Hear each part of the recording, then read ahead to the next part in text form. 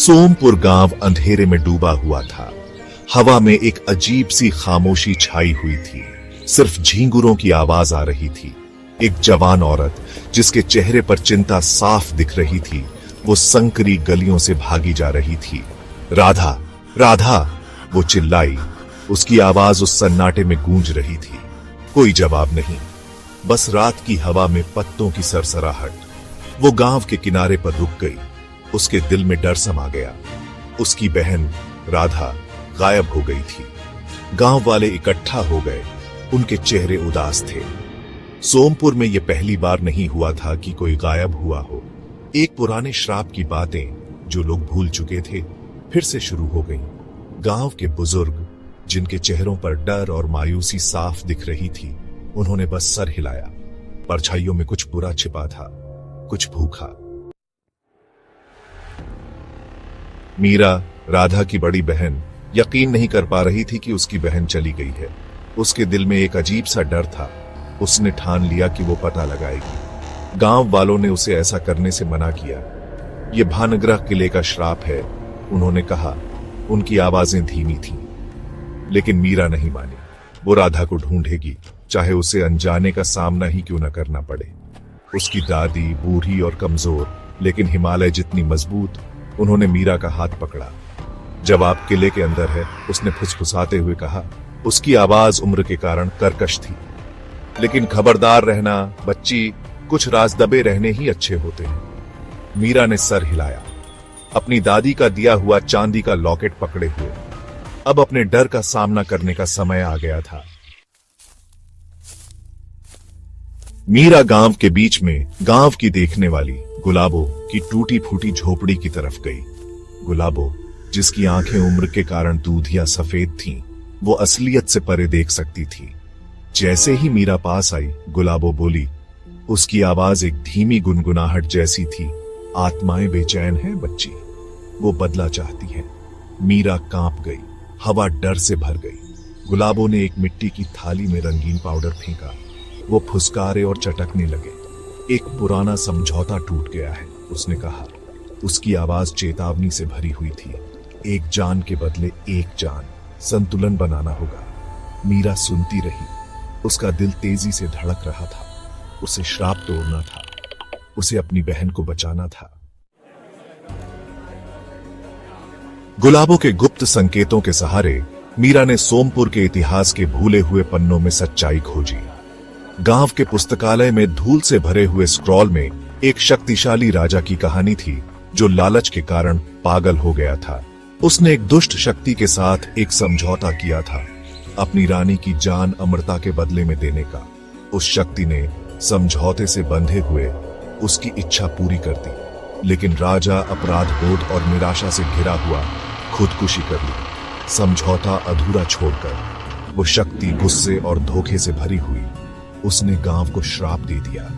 हर पूर्णिमा को वो एक जान लेती है, उसे अंधेरे में खींच लेती है। राधा उसका सबसे नया शिकार थी।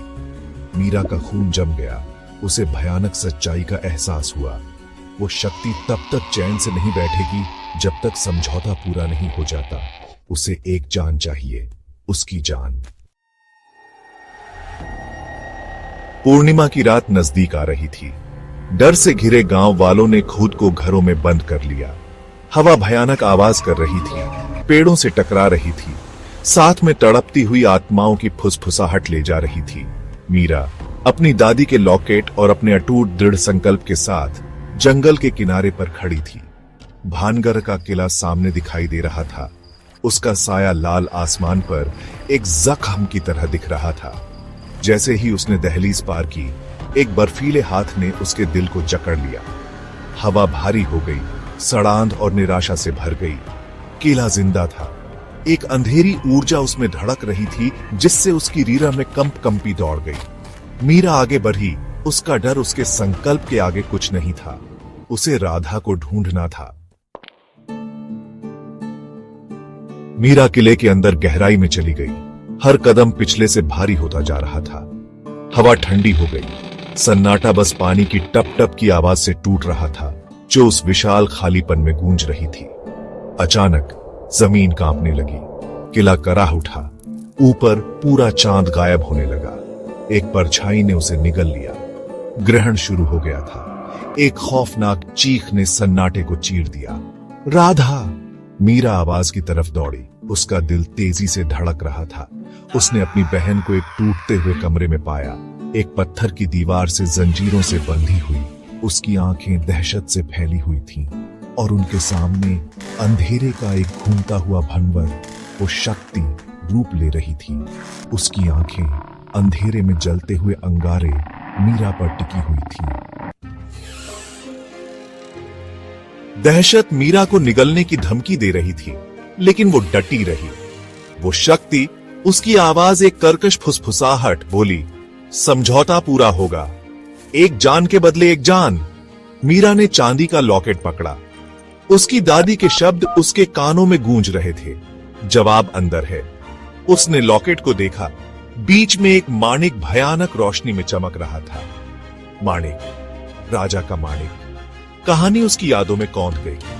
राजा ने अपने आखिरी पलों में माणिक में अपना अपराध बोध और निराशा भर दी थी, इस उम्मीद में कि वो उस शक्ति को शांत कर सके। यही कुंजी थी, यही होनी चाहिए। मीरा ने लॉकेट ऊपर उठाया। माणिक एक अंदरूनी रोशनी से धड़क रहा था। ले लो इसे, वो चिल्लाई। उसकी आवाज चुनौती से भरी हुई थी। मेरी बहन को आजाद करो और इसके बदले ये ले लो। वो शक्ति हिचकिचाई। उसका रूप टिमटिमा रहा था, माणिक से निकल रही शक्ति की ओर खींचा हुआ। वो आगे बढ़ी। एक पंजे वाला हाथ लॉकेट की तरफ बढ़ा। जैसे ही उसने माणिक को छुआ, एक अंधेरी रोशनी ने कमरे को भर दिया। मीरा ने अपनी आंखें ढक ली। एक भराकर देने वाली दहाड़ ने किले की नींव हिला दी। फिर सन्नाटा। वो शक्ति चली गई थी। राधा को बांधने वाली जंजीरें धूल में बदल गईं। मीरा अपनी बहन के पास दौड़ी, उसे कसकर गले लगा लिया। वो किले से बाहर निकली। सुबह की पहली किरणें आसमान को उम्मीद के रंगों से रंग रही थीं। श्राप टूट गया था। सोमपुर आजाद था। जैसे ही वो गांव वापस चली, हाथों में हाथ डाले, मीरा ने एक ऐसी शांति महसूस की जो उसने पहले कभी नहीं जानी थी। बुरा सपना आखिरकार खत्म हो गया था, या हुआ था। राहत और कृतज्ञता से भरे चेहरों वाले गांव वालों ने मीरा और राधा का स्वागत किया। हवा, जो कभी डर से भरी थी, अब उत्सव की खुशी की आवाजों से गूंज रही थी। लेकिन जैसे ही मीरा ने दूर भानगर किले के खंडहरों को देखा, उसकी रीढ़ में एक सिहरन दौड़ गई।